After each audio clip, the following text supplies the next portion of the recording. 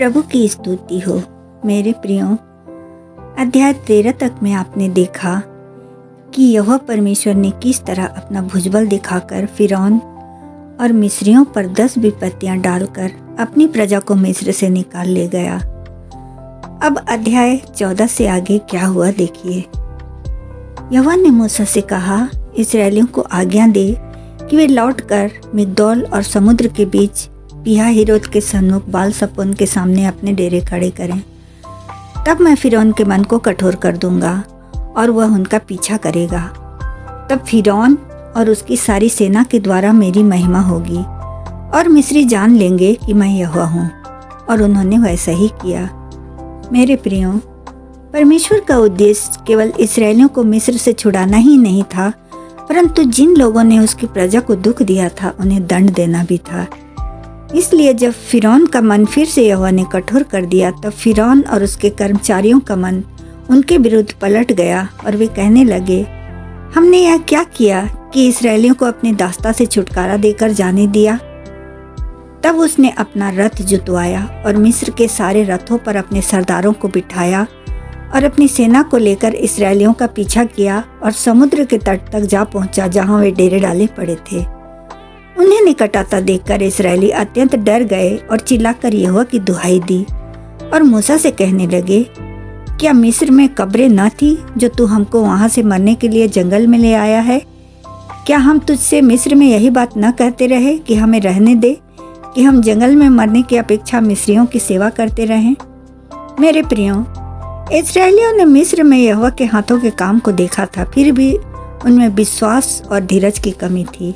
वे 40 वर्ष तक मूसा पर कुड़कुड़ाते रहे। इसी कारण वे प्रतिज्ञात देश में नहीं पहुंच पाए और उनके कारण मूसा भी नहीं पहुंच पाया। तब मूसा ने लोगों से कहा, डरो मत, खड़े खड़े यहोवा के उद्धार का काम देखो जो वह आज तुम्हारे लिए करेगा, क्योंकि जिन मिस्रियों को तुम आज देखते हो उनको फिर कभी न देखोगे। यहोवा आप ही तुम्हारे लिए लड़ेगा, इसलिए तुम चुपचाप रहो। तब यहोवा ने मूसा से कहा, तू क्यों मेरी दुहाई दे रहा है? तुझे तो मैंने अधिकार दे रखा है।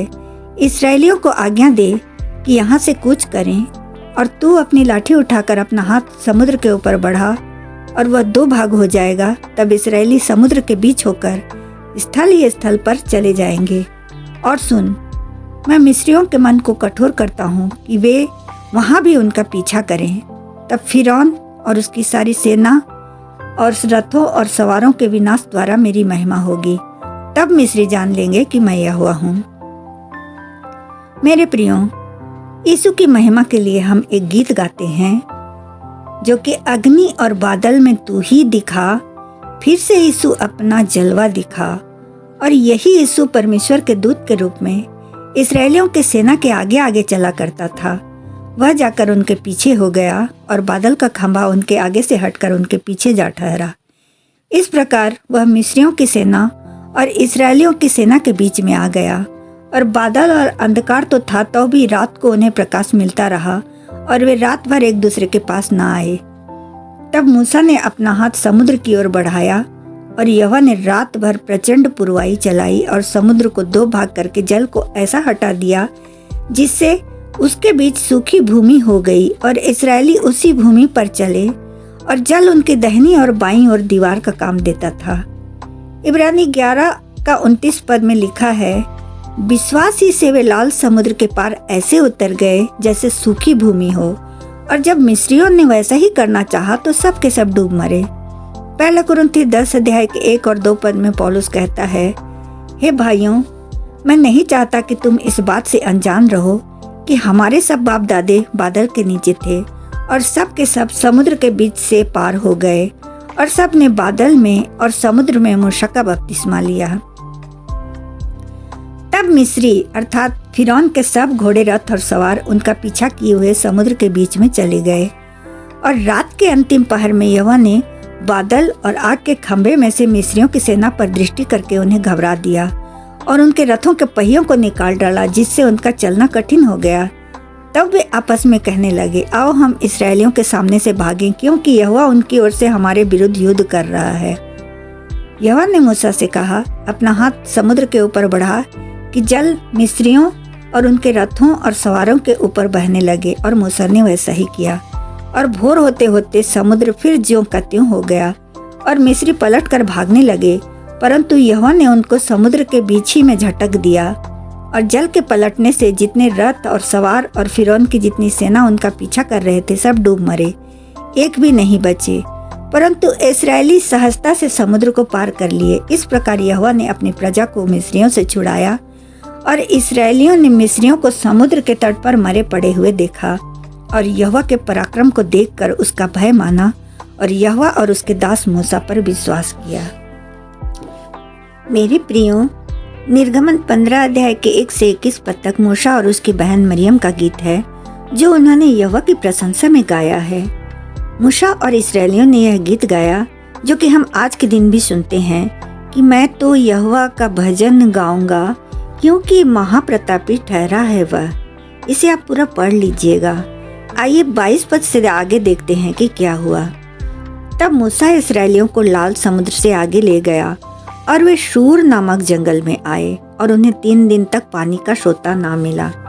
फिर वे मारा नामक स्थान पर पहुंचे। वहां का पानी खारा अथवा कड़वा था, जिसे वे पी न सके। इतने में ही उनका धीरज टूट गया, और वे मूसा के विरुद्ध बकबक करने लगे कि हम क्या पिएं।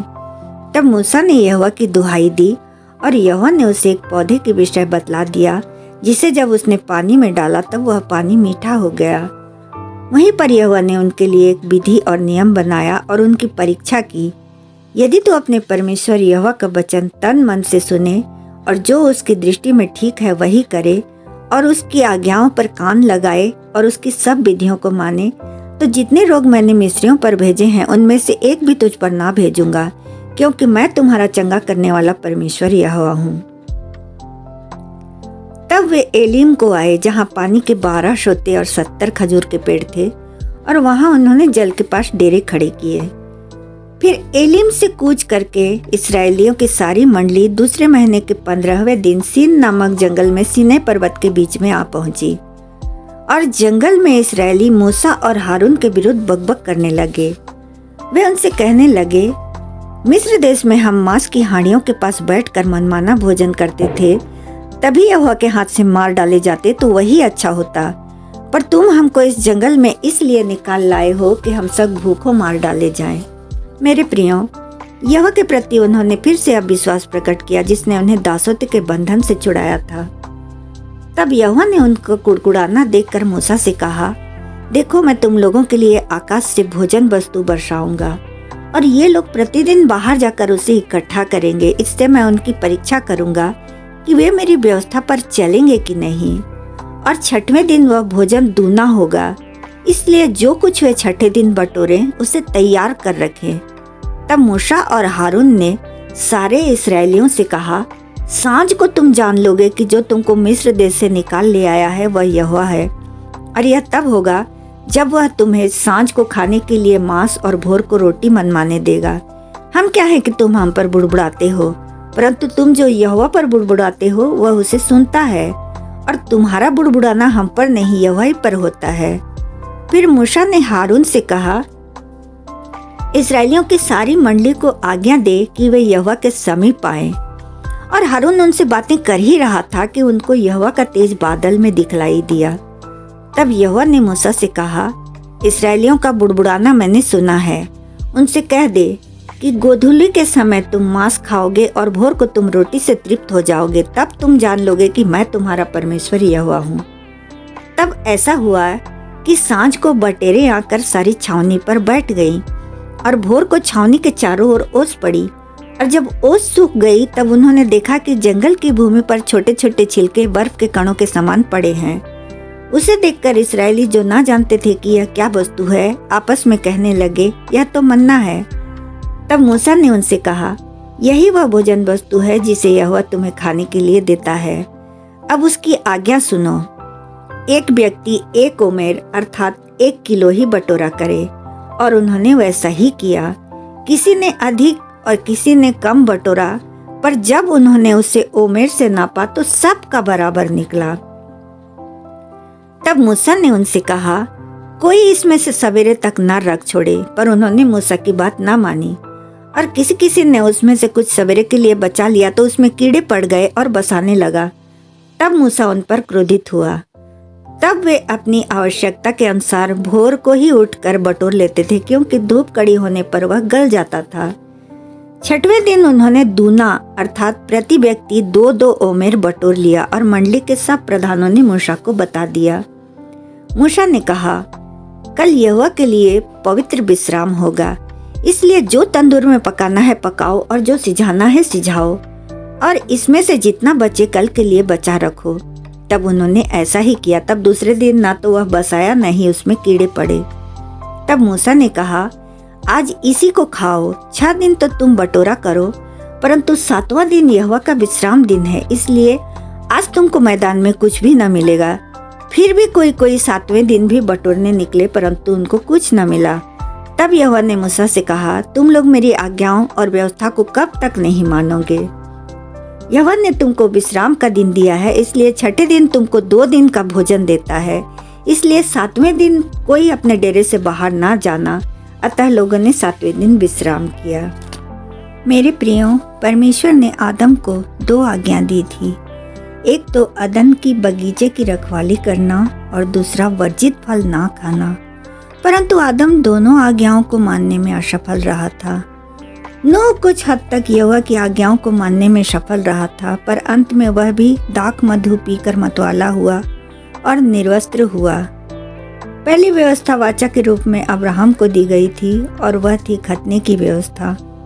और अभी आपने देखा परमेश्वर ने इस्राएलियों को शब्द के दिन को मानने की व्यवस्था दी। इस्राएल के घराने ने उस वस्तु का नाम मन्ना रखा। गिनती 11 अध्याय के 7 और 8 पद के अनुसार मन्ना तो धनिये के समान था और उसका रंग रूप मोती का सा था। लोग इधर उधर जाकर उसे बटोरते और चक्की में पीसते या उखली में कूटते थे, फिर तसले में पकाते और उसके फुलके बनाते थे, और उसका स्वाद तेल में बने हुए पुए के समान था। फिर मूसा ने उनसे कहा, यहोवा की आज्ञा सुनो, तुम इस मन्ना से 1 ओमेर भर अपने वंश की पीढ़ी पीढ़ी के लिए रख छोड़ो, जिससे वे जाने कि यहोवा हमको मिस्र देश से निकालकर जंगल में कैसी रोटी खिलाता था। तब मूसा ने हारून से कहा, एक पात्र लेकर उसमें ओमेर भर मन्ना लेकर यहोवा के आगे रख दे कि वह तुम्हारे पीढ़ियों के लिए रखा रहे। और हारून ने उसकी आज्ञा अनुसार 1 ओमेर भर मन्ना साक्षी के संदूक के आगे रख दिया कि वह वहीं रखा रहे। इब्रानियों 9 अध्याय के 4 पद के अनुसार वाचा का संदूक चारों ओर से सोने से मढ़ा हुआ था और इसमें मन्ना से भरा हुआ सोने का मर्तबान अर्थात पात्र और हारून की छड़ी और वाचा की पट्टियां थी। और इस्राएली जब तक उस देश में ना पहुंचे जो यहोवा ने उन्हें देने की प्रतिज्ञा की थी, तब तक अर्थात 40 वर्ष तक मन्ना खाते रहे। और ओमेर तो एपा का 10वां भाग है, अर्थात ओमेर 1 किलो का नाप और एपा 10 किलो का नाप है। फिर इस्राएलियों की सारी मंडली सीन जंगल से निकलकर यहोवा की आज्ञा अनुसार रपीदीम में अपने डेरे खड़े किए और वहां उन्हें पीने का पानी नहीं मिला। तब वे यह कहकर मूसा से झगड़ने लगे, हमें पीने का पानी दे। तब मूसा ने उनसे कहा, तुम मुझसे क्यों वाद विवाद करते हो और यहोवा की परीक्षा क्यों करते हो?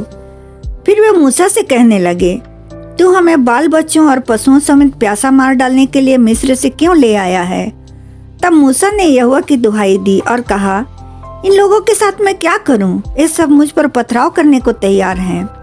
यहोवा ने मूसा से कहा, इस्राएल के वृद्ध लोगों में से कुछ को अपने साथ ले ले और जिस लाठी से तूने नील नदी को मारा था उसे लेकर आगे बढ़ चल। देख, मैं तेरे आगे चलकर होरेब पर्वत के एक चट्टान पर खड़ा रहूंगा और तू उस चट्टान पर मारना, तब उसमें से पानी निकलेगा जिससे ये लोग पिएं। तब मूसा ने वृद्ध लोगों को देखते वैसा ही किया और मूसा ने इस स्थान का नाम मशा और मरीबा रखा, क्योंकि इस्राएलियों ने वही उनसे झगड़ा किया था और यहोवा की परीक्षा यह कहकर की कि क्या यहोवा हमारे बीच है या नहीं। मेरे प्रियो, इस्राएलियों ने कभी भी यहोवा पर पूर्ण विश्वास नहीं किया, इसी कारण वे प्रतिज्ञात देश में नहीं पहुंच पाए। और मूसा को यहोवा ने जब चट्टान पर मारने को कहा तब तो उसने उसके आदेश का पालन किया, पर जब बात करने को कहा तब भी उसने क्रोध में आकर चट्टान को मारा, अर्थात उसने मसीहा को मारा। और उसके इस अपराध के कारण परमेश्वर ने उसे भी प्रतिज्ञा देश में नहीं पहुंचाया। अध्याय 21 से आगे हम देखेंगे कि यहोवा परमेश्वर ने इस्राएलियों को कैसी व्यवस्था और नियम दिए थे। यह मैं अगले रिकॉर्डिंग में लेकर आऊंगी। तब तक के लिए यीशु सहाय। जय मसीह की।